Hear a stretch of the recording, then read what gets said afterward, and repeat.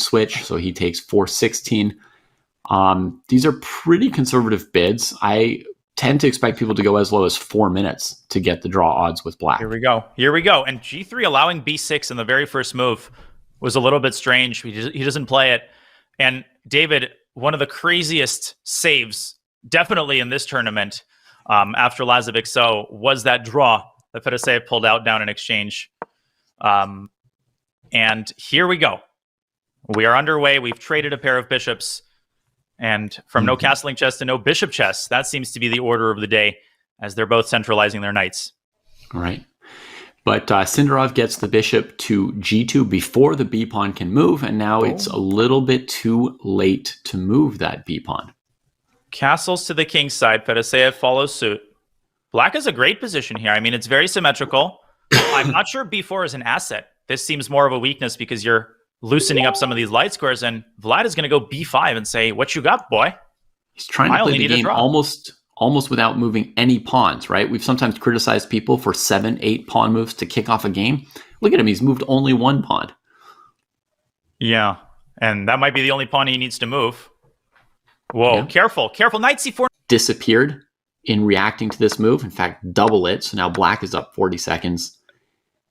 I would not necessarily rush to take on C2. Look at him. Yeah, and he just says, I don't need that pawn.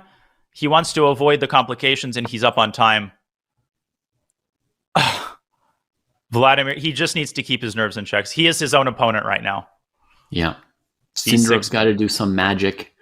We saw a similar situation, I would say, opening disaster-wise. Like the scope of this disaster is kind of comparable to Jan's game against Bortnik that he won in the second game despite a similar disaster. He eventually turned it around. Yeah. It's fun. Objectively, that one might have even been worse for Nepo, but there were more pieces on the board. And of course, there he was at some point thrilled with the draw. Here, pieces are getting traded, pawns are hanging, and tears might be flowing for Javokhir Sindarov soon enough. Yeah, somehow it's not easy to play this psychological situation from black side sometimes, right? You don't know like how cautious is overcautious. You're like, I don't need a second pawn. And then you're trying to tamp down anything interesting and you end up making concessions maybe. It's a little tricky. Yeah, he needs to call up Denis Lazovic, your phone a friend. How'd you do it? But again, that was, at least there was an end game, and Fedoseev is actually he's just, I want to win. I don't even want to draw. Yeah. Where's this queen going? The answer is D2. She's not trapped by any move like bishop F3 or bishop F1 because she's attacking that knight on D2 very boldly. And bishop takes G2 is coming to simplify the position. This knight might go back to E4 or F3 where it came from. And the queen is unattackable. After bishop G2, queen G2, you can calmly play CB and knight C5. And he plays it right away. Which I don't love. Because doesn't even help bring the white queen to G2. But why is he flirting with... With a queen trap? I'm shocked he didn't take the bishop, but I mean, Fedoseev is so confident in his tactics. He's saying bishop F3, knight takes D3. What's the problem? I get 2 rooks for a queen. Oh my gosh. The problem is your parents are probably having a heart attack as this is happening. Yeah, he's doing the opposite of what we usually see, right? Which is too much caution. He is just playing like it's normal chess, right? He's still going for maximal kind of moves.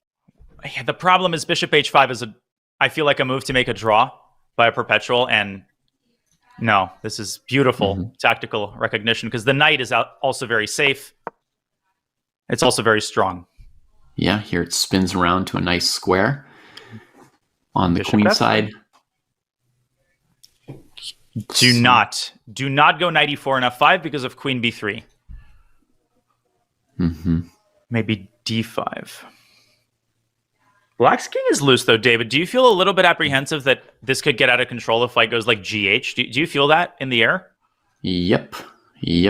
I'm always apprehensive, though. One of my weaknesses. That's a strength, a sense of danger. I would consider like B5, rook B6. Wow, you nailed it. B5. E5, and Sindarov is like, wait a second. He's got some pressure. I can't believe he's made it this far. Yeah, he's got to be feeling pretty good about it as well, Danya. Like just that feeling like maybe anything could happen.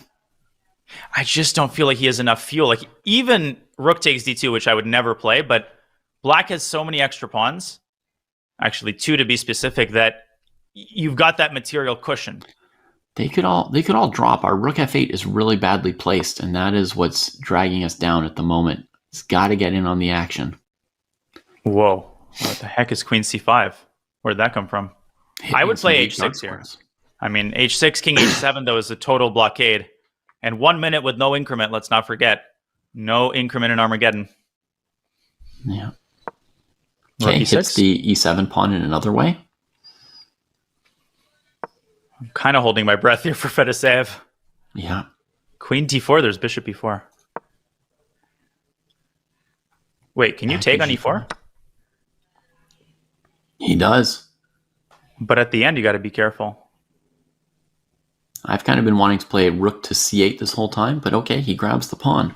White takes on g6 at the end of the line. You have rook e6, though, I think. You have rook e6. No. Now it's lost. Okay, does not trade the final piece, does not take the g-pawn. It's a fortress. As if you need a fortress. Black is completely winning, but d6 and rook e5 just seals the deal. Or this. And he might just, well, still trying, still fighting, still hoping, still praying. At this point, you're just praying for a mouse slip of some sort. Yeah, I mean, it's no increment. It's the only game in this event that is no increment is the Armageddon. So Fedoseev has to be careful to keep some time on his clock, or he can get blitzed out regardless of the position. He should try something at the very end dirty, like bishop h5. Just every resource should be exhausted. That has been the spirit demonstrated by all these competitors. Yeah. Knight d5 would be a blunder because of queen b2. And he blunders queen e3. Oh, God. And e7. And he has to play e5, which is apparently the only move. He will lose like all of his pieces if he allows this. Wait a second. Can he go rook e4 and rook e6? No, white has f3. Queen e7, white's winning. c6. Oh my God. Fedoseev's losing. Unbelievable. How many seconds does Javokhir have left? 24. Maybe not enough. Maybe. Rook takes c6 has to be tried, I think. We're going to get a flag fest. Bishop takes rook? Holy smokes. He gives up the knight, but he could get mated here. But how? 20 seconds. No increment. He cannot lose his last bishop pawn. c6, rook f2 is a draw. Exactly. Where's the mate? 15 seconds. I don't see the mate. He's got to move his king. That was incredible defense. That was an incredible defense there. Queen takes c6. Rook takes f3. Fedoseev should save it with 10 extra seconds, but he might lose his rook there. He might lose his rook. Goes for it. The rook tries to come back around. It gets to f7. Oh, this is going to be close. Oh, it doesn't go to f7. That's risky. Don't get forked. Don't get forked. Where is it? I don't think he's going to make it. I don't think he's going to make it.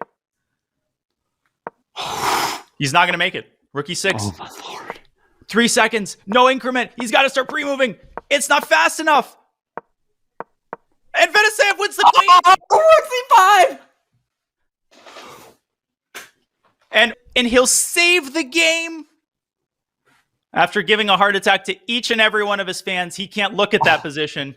Yeah. He can only stay hydrated. Yeah. But he is going to Weisenhaus. He's going to Weisenhaus, minus perhaps a few fans or family members who may have just died in the last 30 seconds. My God. By hook or by crook. He did it without his queen. He almost did it without his king. But Vladimir Fedoseev lives to tell the tale, and we take our hats off to Javokhir Sindarov. He might have been the